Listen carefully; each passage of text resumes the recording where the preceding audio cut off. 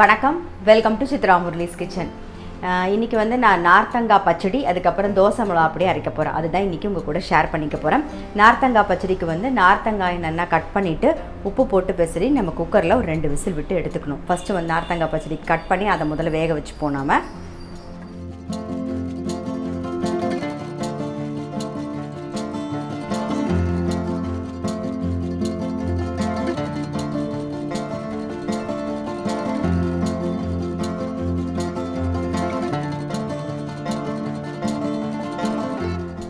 நார்த்தங்காயை வந்து இந்த மாதிரி கட் பண்ணிவிட்டு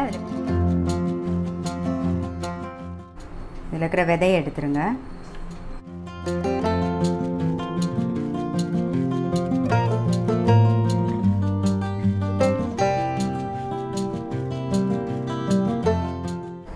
நார்த்தங்காய் எல்லாம் கட் பண்ணியாச்சு.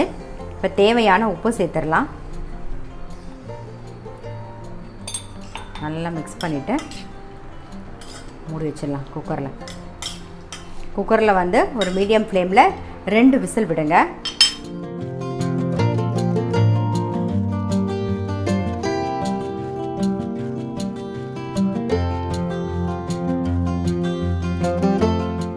ஸோ இதுக்கு என்னென்னலாம் வேணும்னு சொல்லிடுறேன் நான். அது வேகட்டும். அதுக்குள்ளே நார்த்தங்காய் காரத்துக்கு வந்து பச்சை மிளகா மட்டும்தான் நம்ம போட போகிறோம். ரெட் சில்லி பவுடர் எதுவுமே யூஸ் பண்ண போகிறது. அதனால் ஒரு 5-6 பச்சை மிளகா எடுத்து வச்சுருக்கேன். அப்புறம் இஞ்சி வந்து நல்லா ஒரு 2 இன்ச்சுக்கு 1 இன்ச்சுக்கு ஃபுல்லாக இவ்வளோ பெருசு இஞ்சி எடுத்து வச்சுருக்கேன். அதை நல்லா தோலை சீவிட்டு கட் பண்ணிக்கலாம். பொடி பொடியாக அலம்பி ரெடியாக இருக்குது. அது கட் பண்ணிக்கலாம்.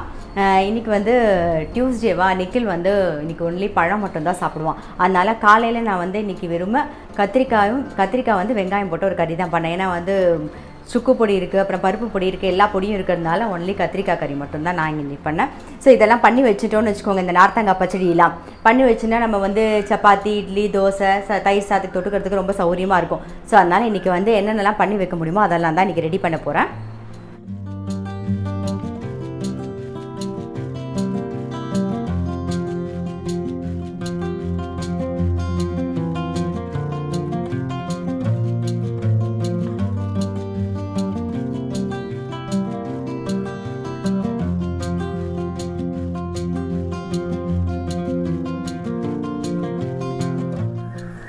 நார்த்தங்காய் பச்சடிக்கு இந்த பக்கம் கரிச்சட்டி வச்சுருக்கேன். அதில் வந்து நல்லெண்ணெய் விட்டுக்கலாம்.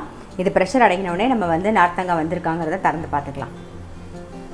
நல்லெண்ணெய் கொஞ்சம் கூட இருக்கணும்.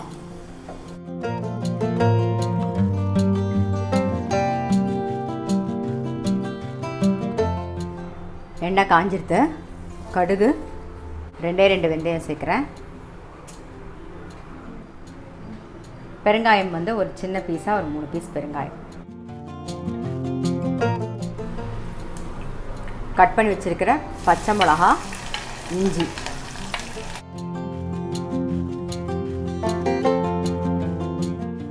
மஞ்சப்பொடி,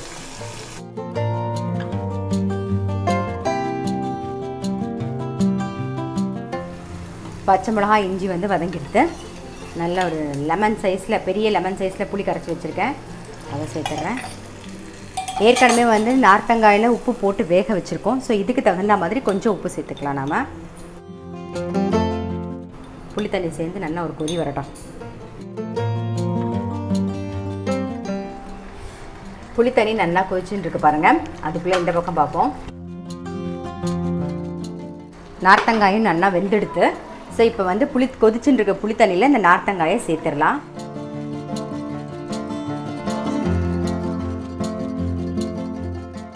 வேக வச்ச நார்த்தங்காயை சேர்த்துட்டு நல்லா அந்த நார்த்தங்காய் சைஸ்லேயே வந்து வெல்லம் எடுத்துக்கோங்க. ஏன்னா வெல்லம் தான் ரொம்ப முக்கியம். அப்போ தான் வந்து அந்த உப்பு, புளிப்பு, காரம், இனிப்போடு சேர்த்து ரொம்ப நல்லாயிருக்கும். ஸோ நான் வந்து வெல்லம் எடுத்து வச்சுருக்கேன் பாருங்கள்.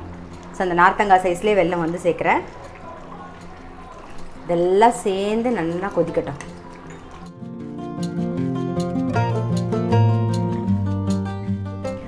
நார்த்தங்காய் பச்சடிக்கு இங்கே கொதிச்சுன்னு இருக்குது. நல்லா கொதிக்கட்டும். ஏன்னா அது கொதித்து கொஞ்சமாக கெட்டியாகணும். அப்போ தான் அதை இறக்க போகிறோம். அதனால் அது கொதிக்கட்டும்.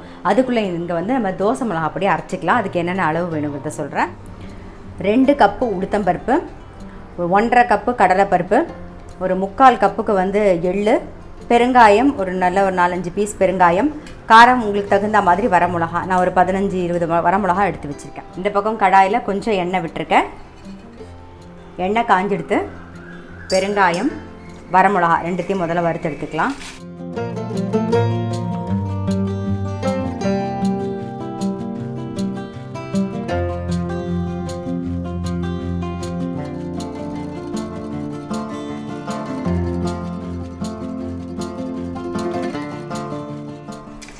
கடலைப்பருப்பு வந்து வறுபட்டுருது. ஃபஸ்ட்டும் மிளகாயும் பெருங்காயமும் வறுத்துட்டோம். அப்புறம் கடலைப்பருப்பு. இப்போ வந்து உளுத்தம்பருப்பு வறுத்துக்கலாம்.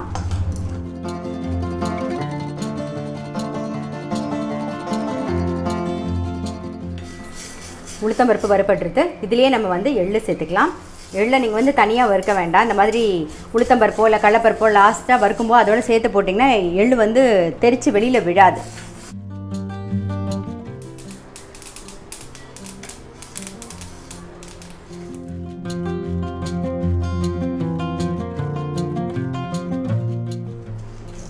நல்லா ஆறட்டும். ஆறினோடனே நம்ம வந்து மிளகா அப்படி அரைச்சிக்கலாம். நான் வந்து வெள்ளை எள்ளு யூஸ் பண்ணியிருக்கேன். உங்கள் வீட்டில் கருப்பு எள்ளு இருந்தால் அது கூட யூஸ் பண்ணிக்கலாம். ஒன்றும் தப்பு இல்லை. எது வேணுமோ என்ன இருக்கோ அதை யூஸ் பண்ணிக்கலாம். சரி, இது ஆறட்டும். நார்த்தங்காய் பச்சடியும் ரெடி ஆகிடுது. நான் ஆஃப் பண்ணிடுறேன். இங்கே பாருங்கள், நல்ல திக்காக இருக்குது பாருங்கள், சூப்பராக இருக்குது. ஸோ இதையும் வந்து மூடி வச்சிடலாம். இந்த நார்த்தங்காய் பச்சடி வந்து உப்பு புளிப்பு காரத்தோடு சாப்பிடும்போது ரொம்ப நல்லா டேஸ்ட்டாக இருக்கும். அதுவும் தயிர் சாதத்துக்கு ரொம்ப நல்லாயிருக்கும். நீங்கள் சாதாரணமாக சாதத்தில் வந்து நல்லெண்ணெய் விட்டு இது பிசைஞ்சும் சாப்பிட்லாம்.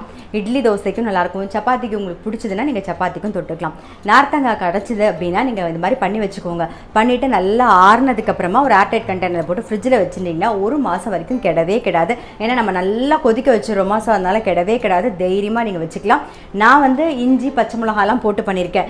நீங்கள் வேணும்னா ரெட் சில்லி பவுடரோ சாம்பார் பொடியோ அது மாதிரி போட்டும் பண்ணலாம். பட் இது வந்து அந்த இஞ்சி அப்புறம் பச்சை மிளகா அந்த நார்த்தங்காய் எல்லாத்துக்குள்ளேயும் அந்த உப்பு புளிப்பு காரம் எல்லாம் இறங்கியிருக்குமா, சாப்பிடும்போது ரொம்ப நல்லாயிருக்கும்.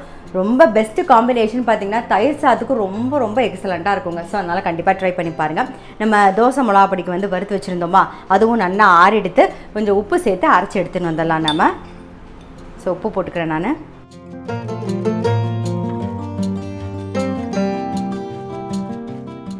நம்ம வந்து தோசைக்கு வந்து வறுத்து வச்சுருந்தோம் இல்லையா, அந்த சாமான் நல்லா ஆறிடுத்து மிக்ஸி ஜாரில் வரமிளகாயும் பெருங்காயமும் போட்டிருக்கேன். அதை ஒரு ஓட்டின்ட்டு மிச்சம் வந்து கடலைப்பருப்பு உளுத்தம்பருப்பு எள்ளு எல்லாத்தையும் சேர்த்து அரைச்சி எடுத்துன்னு வந்துடலாம்.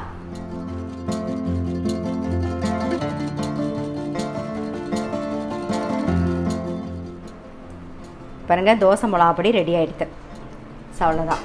இப்போ அடுத்தது நார்த்தங்காய் பச்சடியும் ரெடி ஆகிடுது, தோசை மிளகா பொடியும் ரெடி ஆகிடுது. இன்றைக்கி மத்தியானம் எங்களுக்கு தோசை தான், அதுக்காக தான் இப்போ மிளகா பொடி அரைச்சேன். இப்போ அடுத்தது வந்து மாதுளம்பழம் உரிச்சு வச்சுருக்கேன். அது வந்து ஜூஸ் போட்டுடலாம் நம்ம. இது ஆறுனதுக்கப்புறமா பாட்டிலில் ஸ்டோர் பண்ணிக்கலாம்.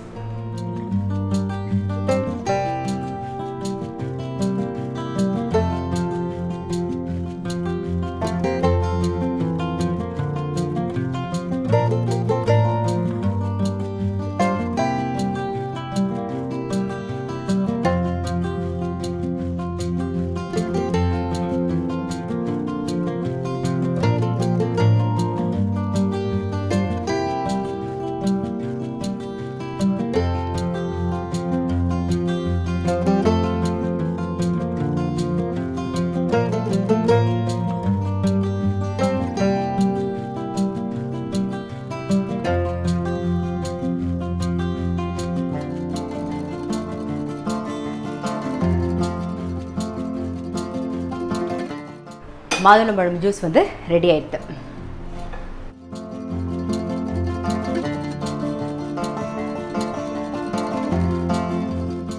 இன்றைக்கி வீடியோ பார்த்துருப்பீங்க. கண்டிப்பாக உங்கள் எல்லாருக்குமே ரொம்ப பிடிச்சிருக்கும். நான் அடுத்த வீடியோவில் உங்களை சந்திக்கிறேன்.